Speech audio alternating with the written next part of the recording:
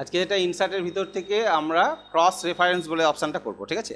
আগের দিন হাইপারলিঙ্ক এবং বুকমার্ক দুটোতেই আমরা একটা লিঙ্ক ক্রিয়েট করতে পেরেছিলাম। লিঙ্ক মানে কি, কোনো একটা সাথে আরেকটা জায়গার লিঙ্ক তৈরি করেছিলাম, তাই তো। এইটাও এক ধরনের লিঙ্ক, ক্রস রেফারেন্স, ঠিক আছে। তো ক্রস রেফারেন্সটা কিসের সাহায্যে লিঙ্ক করব, তোমাদের প্রথমে হেডিংয়ের সাহায্যে লিঙ্কটা দেখাই, হেডিংয়ের সাহায্যে লিঙ্কটা দেখাবো, ঠিক আছে। হেডিং দিয়ে আমরা লিঙ্ক করা শিখবো। হেডিং দিয়ে হয়, বুকমার্ক দিয়েও লিঙ্ক হয়, আরও অনেক কিছু দিয়ে লিঙ্ক করা যায়, ঠিক আছে। তো হেডিং দিয়ে লিঙ্ক করা শিখবো। তো প্রথমে কি বলেছে যে আমরা লিঙ্ক করতে পারি হেডিংয়ের সাথে, হেডিং বলে নয়, আরও অনেক কিছুর সাথে লিঙ্ক করা যায়। Okay, write some paragraph with heading 1। Heading 1টা কোথায় পাবা বলো, এই হেডিং 1টা কোথায় পাবা? প্রথমে হোম ট্যাবে গিয়ে আমরা এই যে স্টাইল দেখেছিলাম না, স্টাইলের ভিতরে গিয়ে দেখো, এই স্টাইলের ভিতরে এখানে যদি ক্লিক করো, এই যে হেডিং 1 লেখা আছে, তারপরে হেডিং, এরকম বিভিন্ন ধরনের হেডিং আছে, দেখতে পাচ্ছ, ঠিক আছে। তো আমাদের এই হেডিং 1টা বেটার কাজ করবে। হেডিং 1এর স্টাইলটাকেও চেঞ্জ করে দিয়েছে, এরকম দেখতে হবে, ঠিক আছে। তো এই হেডিং 1 দিয়ে আমরা কাজ করব, ঠিক আছে। কীভাবে কাজ করব, প্রথমে আমরা কি করি, এইখানে তো এমএস ওয়ার্ড, এটা আমি কাট করে নিলাম, Ctrl+X কাট, ঠিক আছে, লেখাটা। তাহলে হেডিং 1-এ চলে আসি, প্রথমে চলে আসি আমরা হেডিং দিয়ে, হেডিং 1-এ ক্লিক করলাম, এইখানে দিয়ে এখানে আমি লিখলাম কি সম্বন্ধে তোমাদের করবো, প্রথমে হচ্ছে কম্পিউটার, COMPUTER, কম্পিউটার, এন্টার মারি, এন্টার মারার পর এবার যদি লিখো দেখো নর্মাল লেখা হচ্ছে, তাই না। তাহলে এইখানে আমি ওই লেখাটা লিখে দিলাম। তুমি কিছু একটা কম্পিউটার সম্বন্ধে কিছু লিখলে, কম্পিউটার সম্বন্ধে লিখলে, কম্পিউটার সম্বন্ধে লেখা হয়ে গেল। এবার তুমি কম্পিউটার সম্বন্ধে লিখলে, এতটা লেখা হলো। কম্পিউটারের পর এবার তুমি চাইছি আমি মেমোরি সম্বন্ধে লিখবো, আবার হেডিংয়ে ক্লিক করলাম, এবার আমি লিখবো মেমোরি, MEMORY, মেমোরি, ঠিক হয়ে গেল মেমোরি। তাহলে মেমোরি সম্বন্ধে লিখলাম, এইটা লেখা হলো। মেমোরি দুই ধরনের হয়, তাহলে মেমোরির মধ্যে আবার হেডিং নিলাম। প্রথমে আমি র্যাম সম্বন্ধে লিখবো, র্যাম সম্বন্ধে লিখলাম, আবার আমি একটা হেডিং নিলাম, দিয়ে রম সম্বন্ধে লিখবো। আর ও অ্যাকচুয়ালি র্যাম রম নয়, প্রাইমারি মেমোরি আর সেকেন্ডারি মেমোরি, ঠিক আছে, লিখলাম। আচ্ছা, তারপরে মেমোরি হলো, তারপরে হচ্ছে ইনপুট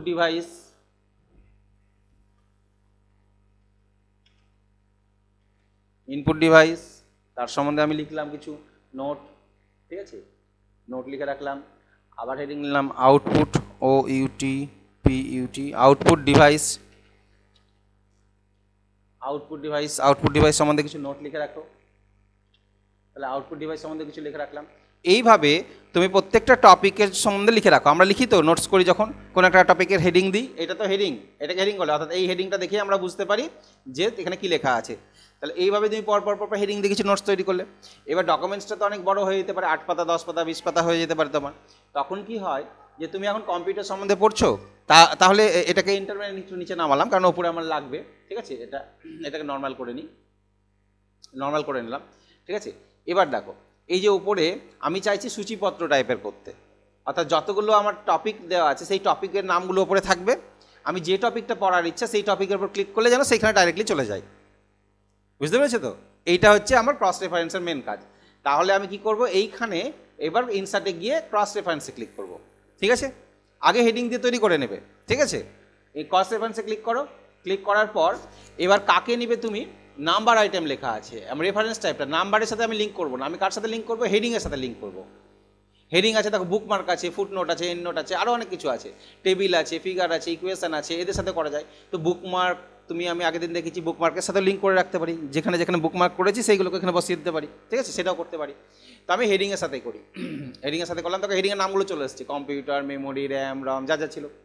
এই হেডিংগুলোকে এখানে ইনসার্ট করে নাও, ইনসার্ট করে একটা বসে গেল, পরেরটাকে সিলেক্ট করো, পাশাপাশি প্রথমে বসিয়ে নাও, ইনসার্ট করো, দেখো পরেরটা বসে গেল। পরে আমি ওগুলোকে আলাদা স্পেস দিয়ে আলাদা করে নেবো, ঠিক আছে। সবগুলোকে বসিয়ে নিই, র্যাম ইনসার্ট, রম ইনসার্ট, আউটপুট ডিভাইস ইনসার্ট, এই ইনপুট আউটপুট ইনসার্ট করলে এবার ক্লোজ করে দেবো। সবগুলো দেখো একসাথে পাশাপাশি বসে গেছে, তাই না।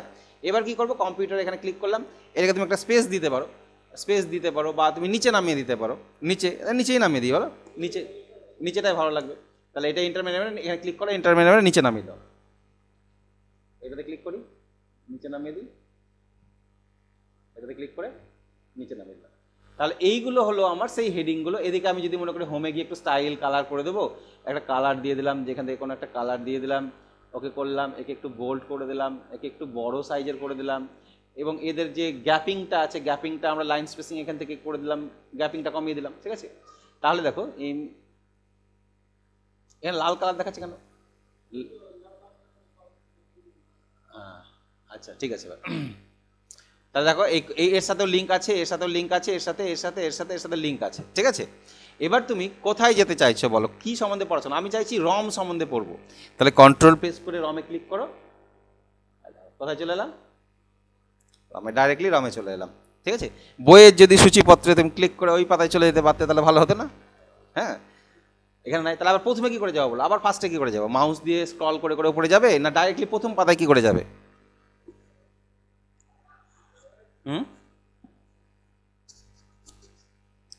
আমাদের কিবোর্ডে হোম এবং এন্ড বলে সুইচ আছে, হোম আর এন্ডের কাজ কি?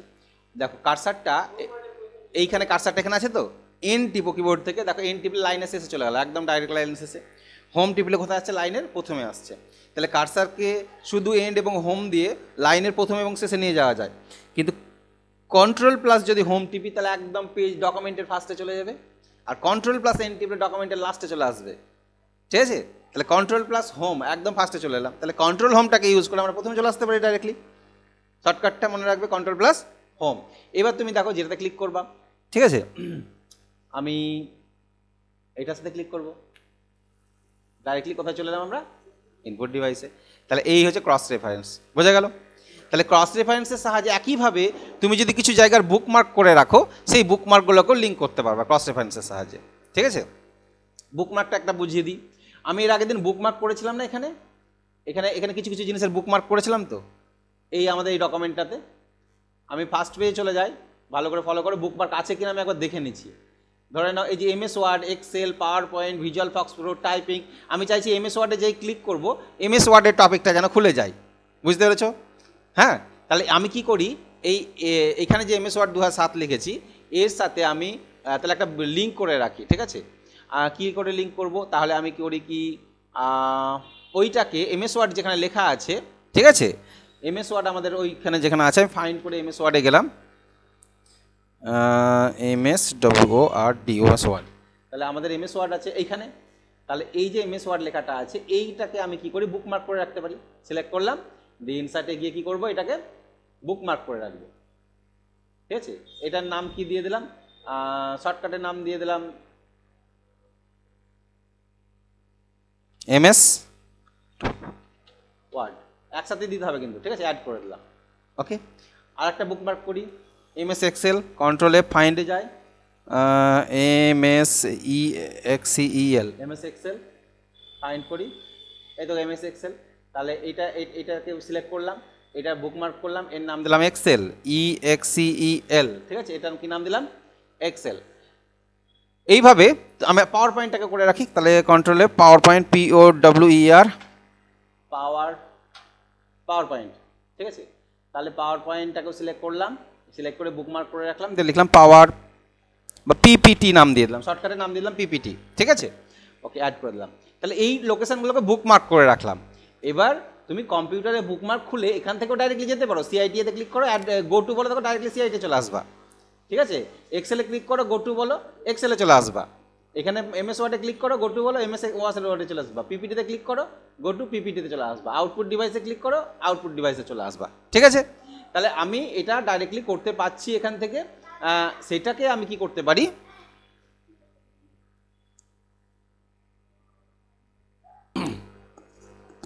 তাহলে ওইভাবে আমরা বুকমার্ক থেকে ডাইরেক্টলি যেতে পারি। এবার আমি চাইছি ক্রস রেফারেন্সের সাহায্যে আমি এখানে যখন ক্লিক করব যেন সেইগুলোই আমার চলে আসে, ঠিক আছে। তাহলে আমাকে সূচিপত্র একটা বানাতে হবে, এখানে বানাতে হবে তোমাকে কিন্তু, ঠিক আছে। তাহলে আমি এখানে একটা বানিয়ে নিই, একটা কাজ করি, দেখি হয় কি না। আমি একটা শেপ নিই, টেক্সট বক্স নিয়ে নিলাম। আমি চাইছি এই টেক্সট বক্সের ভিতরেই আমি ওইগুলো যেটাতে ক্লিক করব সেটাতে যেন ডাইরেক্টলি চলে যায়। একটা টেক্সট বক্স নিয়ে নিলাম নর্মালি, ঠিক আছে। এবার এখানে ইনসার্টে যাব, ক্রস রেফারেন্সে যাব, দিয়ে হেডিংয়ের জায়গায় চুজ করব কি, বুকমার্ক, হয়েছে। তাহলে ওই ডকুমেন্টে যতগুলো বুকমার্ক করা আছে চলে এসছে আমার এখানে। তাহলে প্রথমে CIT-টাকে ইনসার্ট করে নিলাম, তারপরে এক্সেলটাকে ইনসার্ট করে নিলাম, তারপরে হাইপারলিঙ্কটাকে ইনসার্ট করে নিলাম, তারপরে এমএস ওয়ার্ডটাকে ইনসার্ট করে নিলাম, আউটপুট ডিভাইসটাকে ইনসার্ট করে নিলাম, পাওয়ার পয়েন্টটাকে ইনসার্ট করে নিলাম। এবার ক্লোজ করি। এবার দেখি কি হলো, ওরে বাবা কত বড় বড় হয়ে গেছে, অনেক বড় বড় হয়ে গেছে। এই সাইজগুলো কী করি, কন্ট্রোল এ করলাম, কন্ট্রোল এ মানে যেমন যেমন সাইজ সেরকম হয়ে গেছে, তাই না? আমি এটাকে হোমে গিয়ে সাইজটাকে একটু ছোট করে নিই, এটাতে ছোট হয়, তাহলে একটু সাইজটাকে ছোট করে নিলাম। এই কটাই ছিল মনে হয় নাকি, না আরও ছিল, আর একটু ছোটো করে দেখি, আর নাই, এই কটাই ছিল। ওকে, এইটা এবার দেখো, তাহলে এই যে সিআইটিএ লেখা আছে তোমার, এগুলো লেখা আছে, এই যে এখানে কি আছে হাইপারলিঙ্ক এমএস, এটাকে এমএস ওয়ার্ড না, এটাকে ডবল হয়েছে, এটাকে ইনসার্ট করে এন্টার মেরে নিচে নামিয়ে দিই, আউটপুট ডিভাইস নিচে নামিয়ে দিলাম, পাওয়ার পয়েন্ট। ঠিক আছে, এইগুলোর সাইজটা একটু বড় করা যেতে পারে, সিলেক্ট করে এগুলোর সাইজ একটু বড় করা যেতে পারে, আমরা বড় করে নিতে পারি।